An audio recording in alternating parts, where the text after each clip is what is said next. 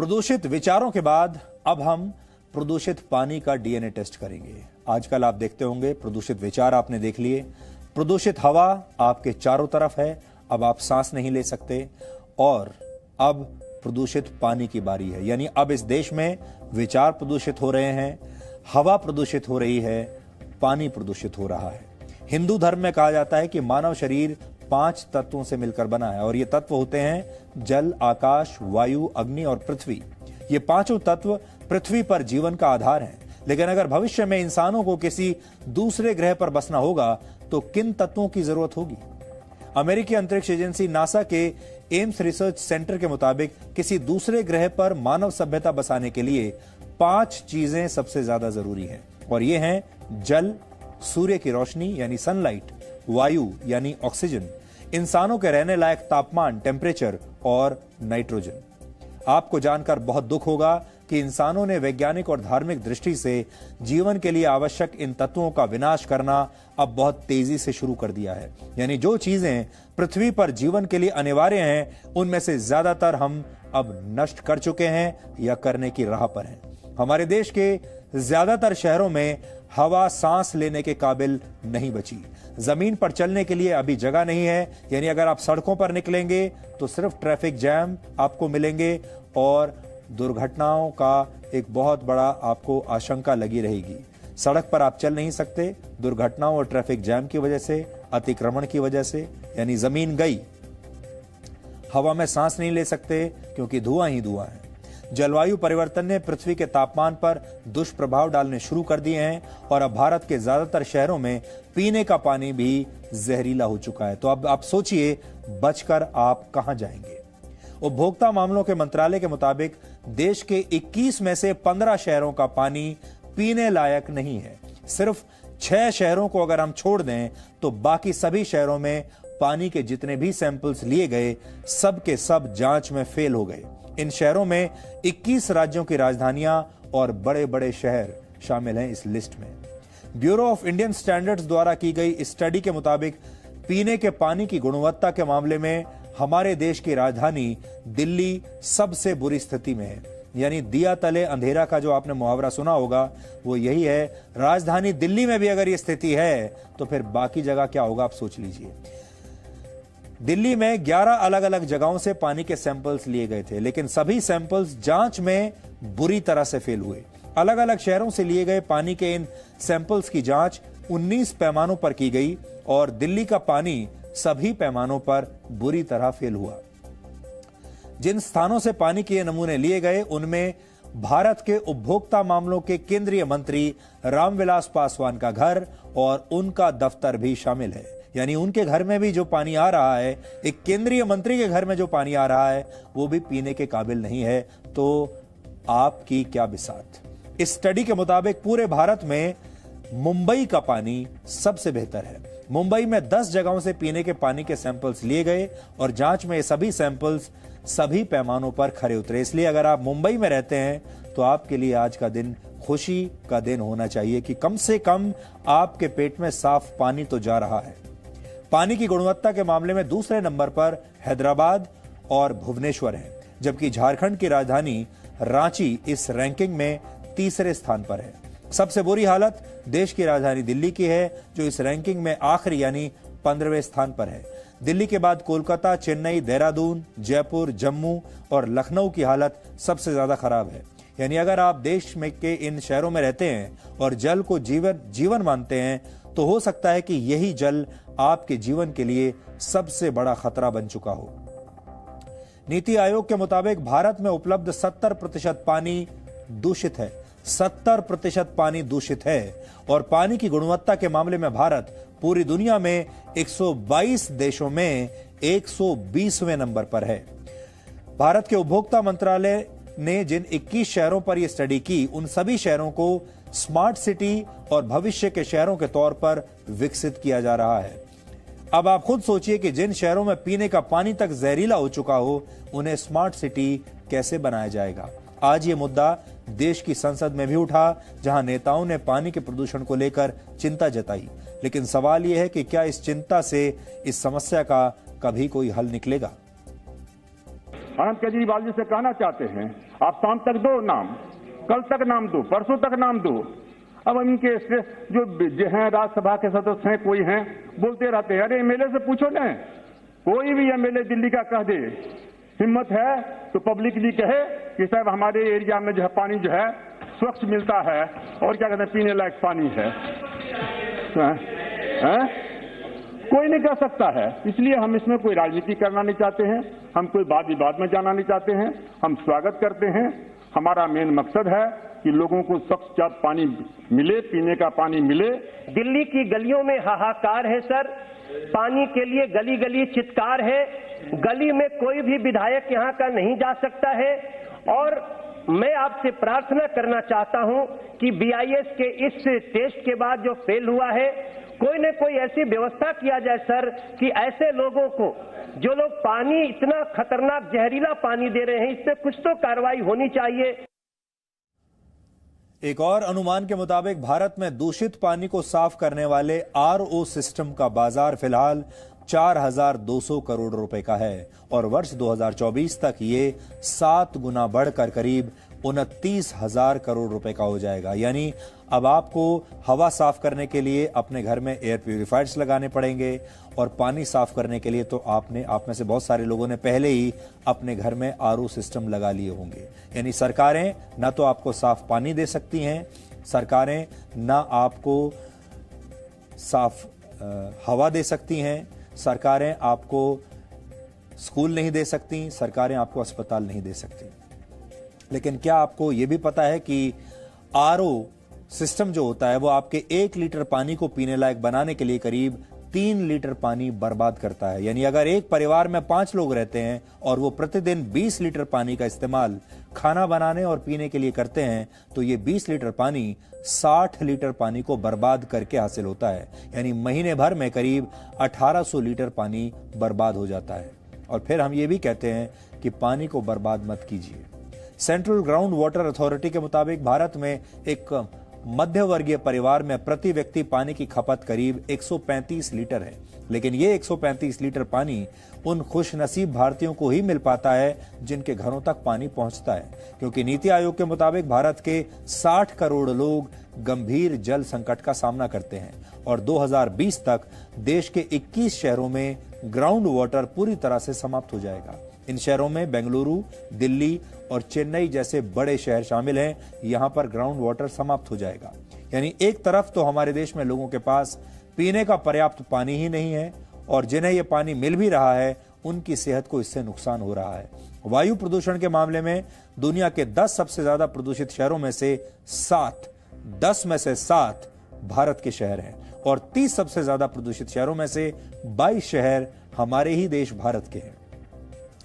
यानी हम एक ऐसा देश बना रहे हैं जो ना तो अपने नागरिकों को साफ हवा दे पा रहा है और ना ही साफ पानी। देश की राजधानी दिल्ली में पिछले 5 वर्षों में सिर्फ 61 दिन हवा जो है वो सांस लेने लायक रही है। 5 साल में सिर्फ 61 दिन ऐसे थे जब सांस लेने लायक हवा मिली। तो दिल्ली के किसी भी इलाके में पानी पीने लायक नहीं है। अब खुद सोचिए कि क्या दिल्ली को देश की राजधानी कहलाने का हक है? आज हमने भारत के उन तमाम शहरों से पानी को लेकर ग्राउंड रिपोर्टिंग की है जहां का पानी पीने लायक नहीं है। अक्सर हमारे देश का मीडिया दिल्ली और मुंबई जैसे बड़े शहरों की समस्या पर ही बात करता है और इस बहस में देश के उन शहरों को जगह नहीं मिल पाती जहां देश की आबादी का एक बड़ा हिस्सा रहता है। भारत में कुल शहरी आबादी 46 करोड़ है, जबकि दिल्ली और मुंबई की आबादी करीब 4.5 करोड़। यानी हमारे देश में ज्यादातर मौकों पर 35 करोड़ लोगों की समस्याओं की कोई बात नहीं करता। यानी ये जो दिल्ली और मुंबई के जो 4-5 करोड़ लोग हैं, यही पूरे देश का एजेंडा सेट करते हैं। क्योंकि इसका एक बहुत प्रमुख कारण है, वो ये कि जितना मेन स्ट्रीम मीडिया है वो सारा के सारा दिल्ली में है। सब बड़े बड़े अखबारों, न्यूज चैनल्स के दफ्तर दिल्ली में है और जो विज्ञापन करता है, यानी जो ओपिनियन मेकर्स हैं और जो विज्ञापन देते हैं, बड़ी बड़ी कंपनियों के जो हेडक्वार्टर्स हैं, वो सब मुंबई में है। इसलिए ये दोनों लोग मिलकर पूरे देश का एजेंडा तय करते हैं और आपके हक की बात कोई नहीं करता अगर आप दिल्ली और मुंबई में नहीं रहते तो। इसलिए आज आपको पानी वाली समस्या पर हमारा अखिल भारतीय विश्लेषण जरूर देखना चाहिए। इसमें आपके बारे में भी बात होगी, आपके शहर के बारे में भी बात होगी, आपके राज्य के बारे में भी बात होगी।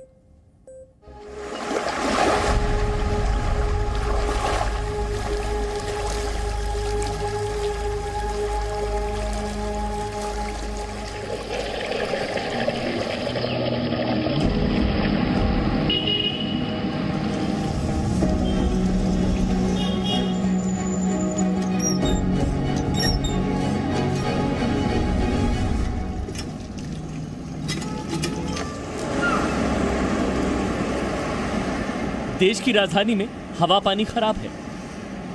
खराब ही नहीं, यूं कहिए कि जहरीला है।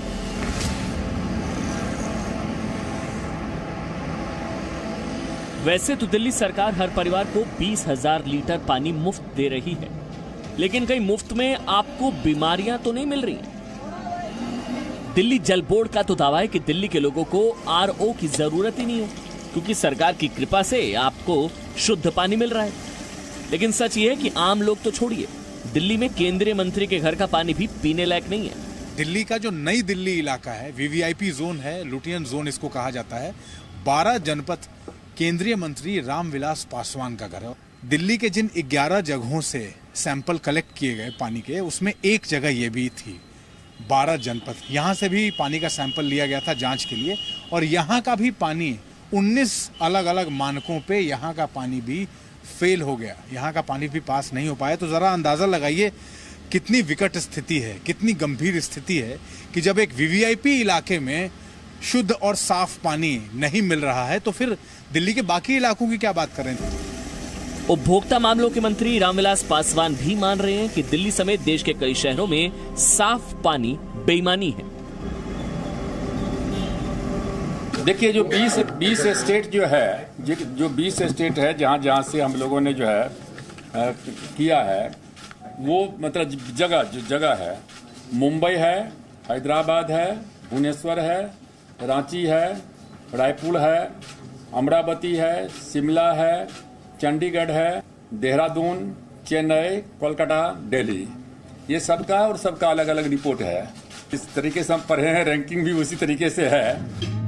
दिल्ली में साफ पानी के दावों की जांच जी न्यूज कई बार कर चुका है। कुछ वक्त पहले जब हमने पूर्वी दिल्ली में इन दावों को परखा था, तो दूध का दूध और पानी का काला पानी हो गया था। आज जब हमने इस इलाके में जाकर एक बार फिर लोगों से बात की, तो पता लगा कि हालात जरा भी नहीं बदले। टाइमिंग फिक्स है। मॉर्निंग में अगर आपका 6 to 9 अगर वो वाटर सप्लाई दे रहे हैं तो उस टाइम क्लीन वाटर है, लेकिन अगर आप उसके बाद चलाते हैं तो फिर फिल्दी वाटर आ रहा है। तो ये कंप्लेंट मैं अभी भी ये महसूस करती हूँ कि इस साइड है दिक्कत है, बहुत दिक्कत है। गली के यहाँ पे वैसे पाबंदी इतनी है, पानी गंदा आता है, कहाँ बंदी जाएगी। हम यहाँ पे पानी हम बाहर से लेकर आते, तो उसका फायदा क्या हो फिर पानी हम लगवाने का चीज़ का, बिल हम और बढ़ते पानी का। 3 बार टाइफाइड हुआ है इसको। वो छोटी 7 वालों की बच्चा है, उसको भी बार टाइफाइड हो जाता है लड़की को।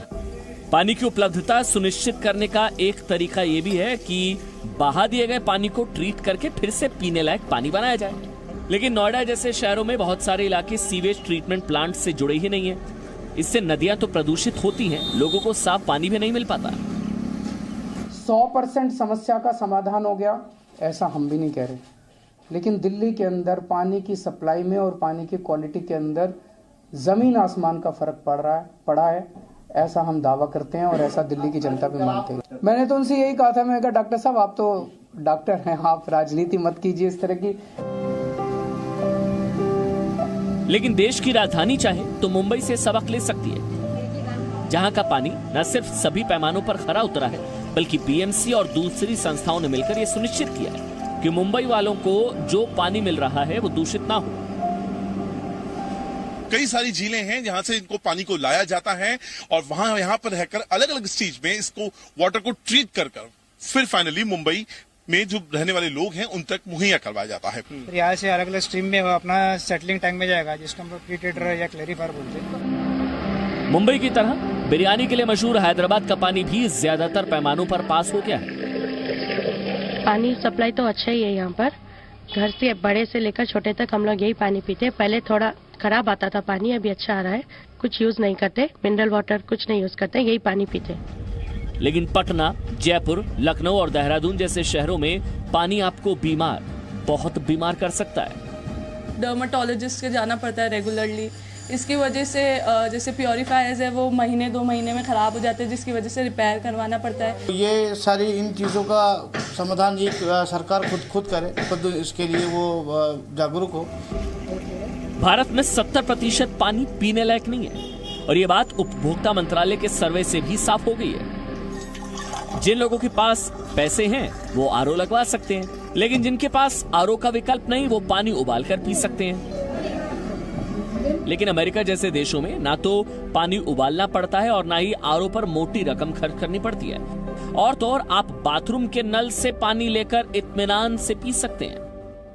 पानी घर में जैसे खाना बनाना है या पानी पीना है, हम लोग पानी खाने के लिए एंड इसके लिए नॉर्मल टैप वाटर यूज करते हैं। अच्छा। हाँ, यहाँ पे कोई भी फिल्टर और ये नहीं, यहाँ पे हर चीज आप मतलब हम ड्रिंकिंग वाटर मतलब पानी पीने के लिए भी वॉशरूम का पानी हम लोग यूज कर सकते हैं। अच्छा। यहाँ पे ये पूरा फिल्टर वाटर मतलब है, मतलब इस पानी को कहीं फिल्टर करने की जरूरत नहीं है, आप इसको डायरेक्ट यूज कर सकते हैं। इसको गुजारने की जरूरत नहीं गुजारा, आप ये करके आप पानी भी पी सकते हो। अच्छा, मैं ये पानी पी सकता हूँ, या आप डायरेक्ट टैप वाटर भी पी सकते हो।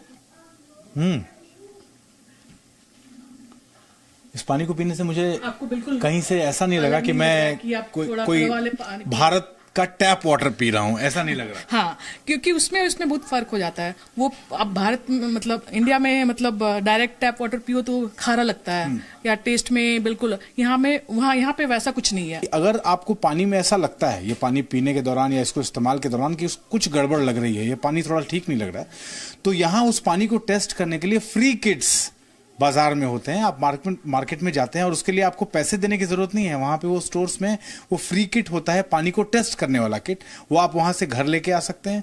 उस पानी को ले जाके उसमें टेस्ट करा सकते हैं उस किट को, और उस टेस्ट की रिपोर्ट भी वो स्टोर आपको देगा, और फिर वो रिपोर्ट आप आगे जो सिस्टम यहाँ है पानी सप्लाई करने वाली जो एजेंसीज हैं उन तक पहुंचा सकते हैं कि भैया ये रिपोर्ट है, जो किट है जी। अच्छा, ये किट आप बाजार से, ये बाजार से ये फ्री में किट मिलता है, तो हम लोग घर पे रखते हैं। हाँ, फ्री देखिए आप इसमें इस तरह का टेस्ट या लेट्स से देखिए आपको एक लिखा हुआ है कि please check conditions you experience, जो आपको फील हो रहा है। क्या आपको फील हो रहा है कि क्लोरीन स्मेल आ रहा है, या पानी में कुछ ब्राउन स्टेन्स है, राइट, कुछ डिपॉजिट्स है, या रॉटन स्मेल है, तो जो फील हो रहा है वो टिक करें। और जैसे कि इसमें दिया हुआ किट एक, इसमें आप इसको पानी में भर के और इसमें पैक करके, ठीक है, इसके साथ ये पानी आप सीधा इससे ले या टैप वाटर से ले सकते हैं, कहीं से भी आप पानी ले लो। अब आप समझ गए होंगे कि अगर सरकार और प्रशासन के पास इच्छा शक्ति हो तो पानी वाली कहानी सुधर सकती है। लेकिन भारत में जल वाली परेशानी को कल पर टालने की आदत जो है, और ये आदत देश के लोगों के साथ साथ पर्यावरण की सेहत पर भी भारी पड़ रही है। ब्यूरो रिपोर्ट, जी मीडिया। अब आप जरा सोचिए कि आप साफ हवा के लिए एयर प्योरीफायर इस्तेमाल करते हैं, साफ पानी के लिए आरओ सिस्टम की मदद लेते हैं, ट्रांसपोर्ट के लिए अपनी प्राइवेट कार या अपना 2 व्हीलर का इस्तेमाल करते हैं, इलाज के लिए प्राइवेट अस्पताल जाते हैं, बच्चे की शिक्षा प्राइवेट स्कूल में करवाते हैं, अपनी और अपने परिवार की सुरक्षा के लिए अपनी सोसाइटी के बाहर या दफ्तर के बाहर प्राइवेट गार्ड बैठाते हैं, जब बिजली चली जाती है तो अपना जनरेटर या इन्वर्टर लगाते हैं। यानी आपने अपनी हर एक मूलभूत सुविधा के लिए एक समानांतर व्यवस्था पैदा कर ली है। हर चीज को लेकर आपने अपनी एक समानांतर व्यवस्था, एक पैरेलल सिस्टम आपने खड़ा कर लिया है। सरकारें आपको साफ हवा नहीं दे पा रही, साफ पानी नहीं दे पा रही, इलाज के लिए अस्पताल नहीं दे पा रही, शिक्षा नहीं दे पा रही, स्कूल नहीं दे पा रही, सुरक्षा नहीं दे पा रही, बिजली नहीं। सरकार जो सड़कें आपको दे रही हैं वो भी शायद चलने के लायक नहीं है। तो सवाल यह है कि हम सरकार से आखिर ले क्या रहे हैं, कौन सी चीज का इस्तेमाल हम सरकार से लेकर कर रहे हैं, ये आज आप सोचिएगा।